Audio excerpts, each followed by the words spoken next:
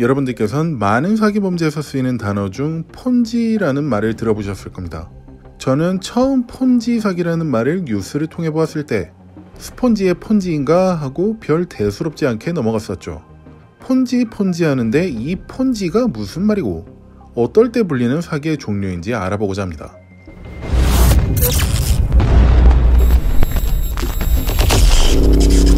금융사기의 한 종류인 폰지 사기라는 이름은 1882년 이탈리아의 루고에서 태어난 찰스 폰지로부터 시작되었습니다. 그는 대학에 입학한 첫 해부터 부유한 집안의 자제들과 어울리면서 돈을 흥청망청 쓰며 생활하다가 결국 거의 빈털터리가 되어버렸습니다. 그래서 21살 때 우체국 직원으로 일하고 있던 중 많은 돈을 벌 수 있다는 소문을 듣고 큰 꿈을 품고는 아메리칸 드림을 실현하기 위해 미국으로 향하는 배에 올라타게 되었죠.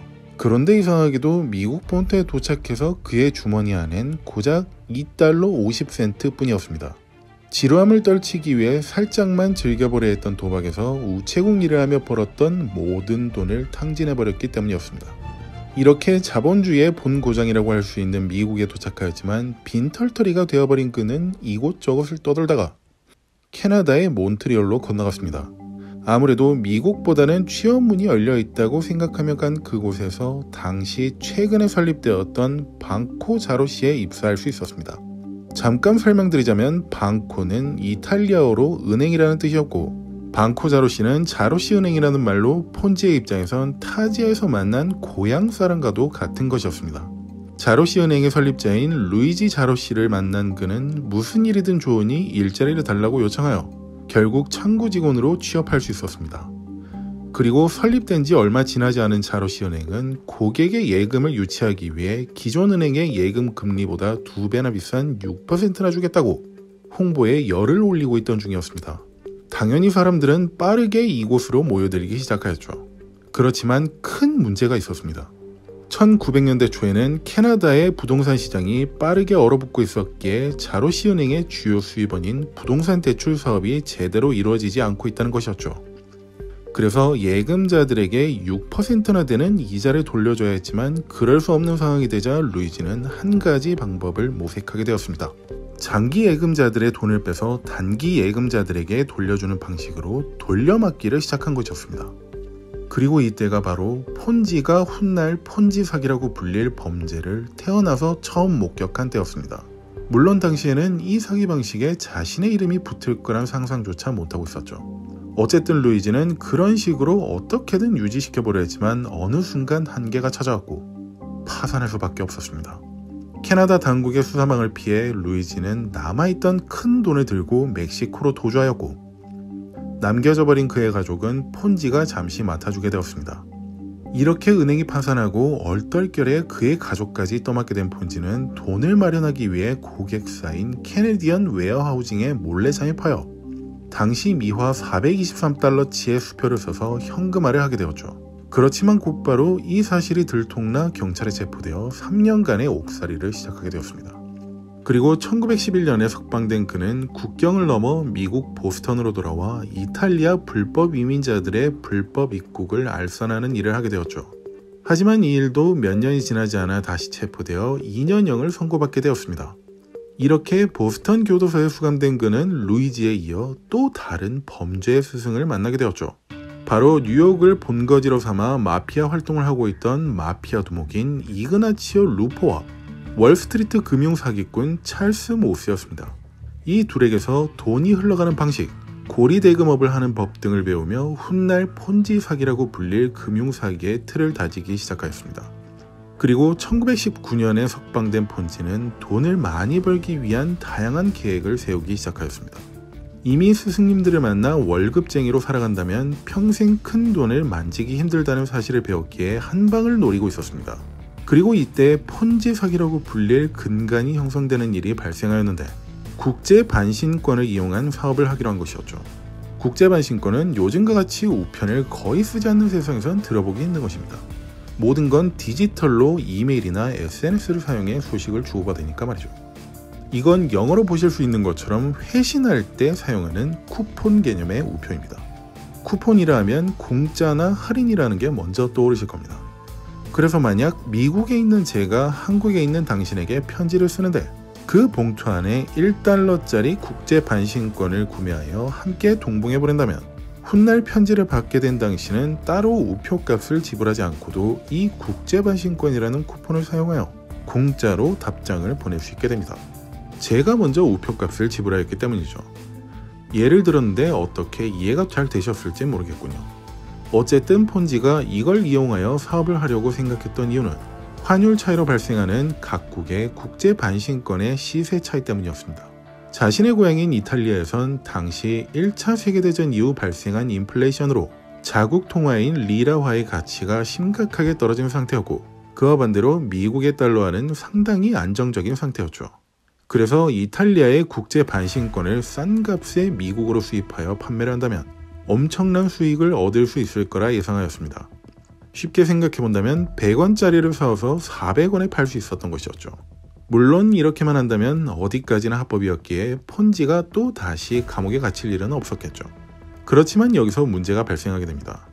폰지는 이 사업을 진행하기 위해 은행에서 대출을 신청하였지만 아무런 담보도 없고 직업도 없던 그에게 돈을 빌려줄 곳은 아무데도 없었습니다. 그래서 막막해진 그는 배운 게 배운 거라고 곧바로 다른 한 사업을 시작하게 되죠. 1920년 초에 증권거래소라는 이름의 회사를 설립하게 되었습니다.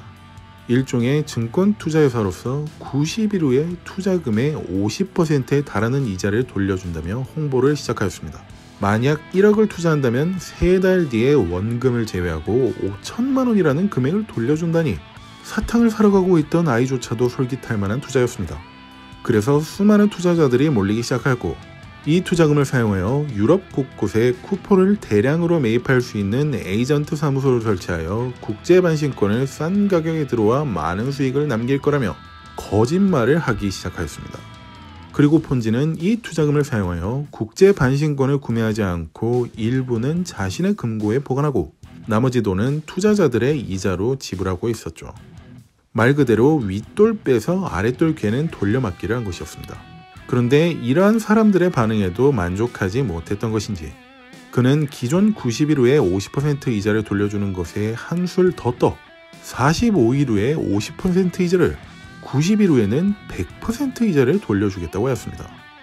90일마다 내 투자금과 똑같은 이자를 주겠다는 말로써 사람들은 벌떼처럼 몰렸고 고작 2달 만인 1920년 3월에 25,000달러의 투자금이 모였습니다. 당시 1달러의 가치는 현재 하나로 따졌을 때 약 20만원의 가치가 있는 금액으로서 25,000달러는 한화 50억 원 정도라고 생각하시면 될 듯하군요. 폰지는 더욱 판을 키우기 위해 직원들을 미국 각지로 파견하여 투자자를 모집하였고 2달이 더 지난 5월에는 총 투자 금액이 42만 달러에 달하게 되었죠. 실로 어마어마한 금액이 아닐 수 없었습니다.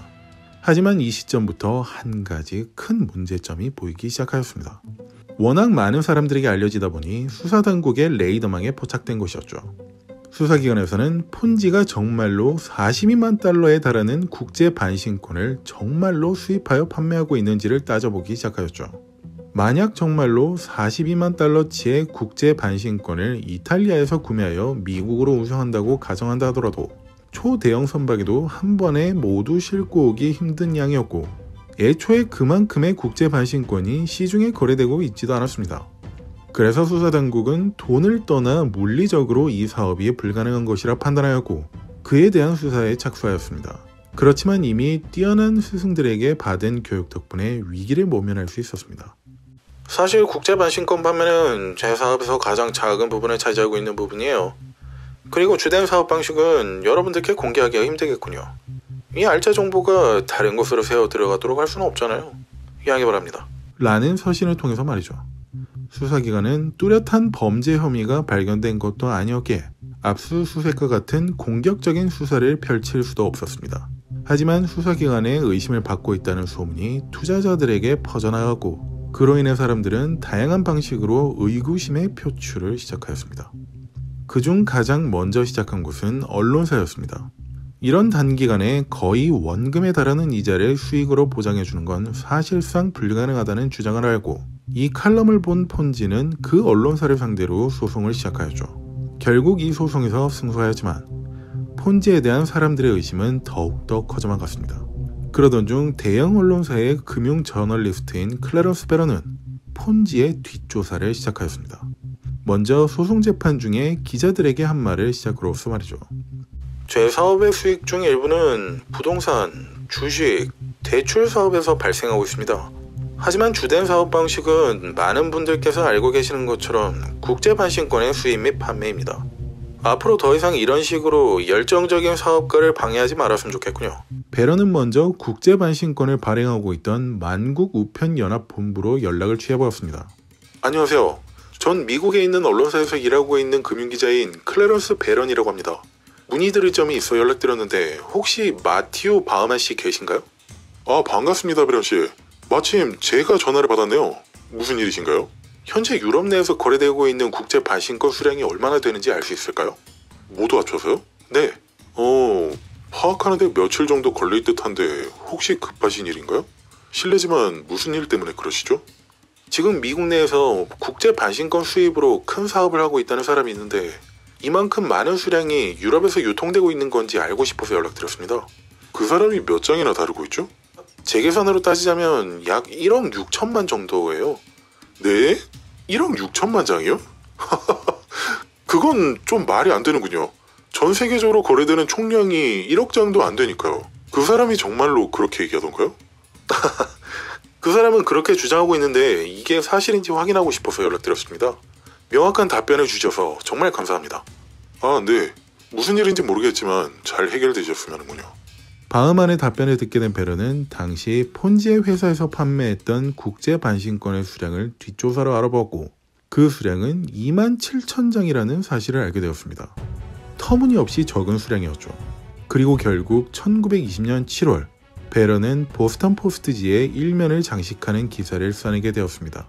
이 기사를 보게 된 많은 사람들은 베런이 조사했던 꽤 구체적인 근거로 인해 큰 의구심이 생겨났고 수익금을 받았던 투자자들조차도 발길을 돌리기 시작하였습니다.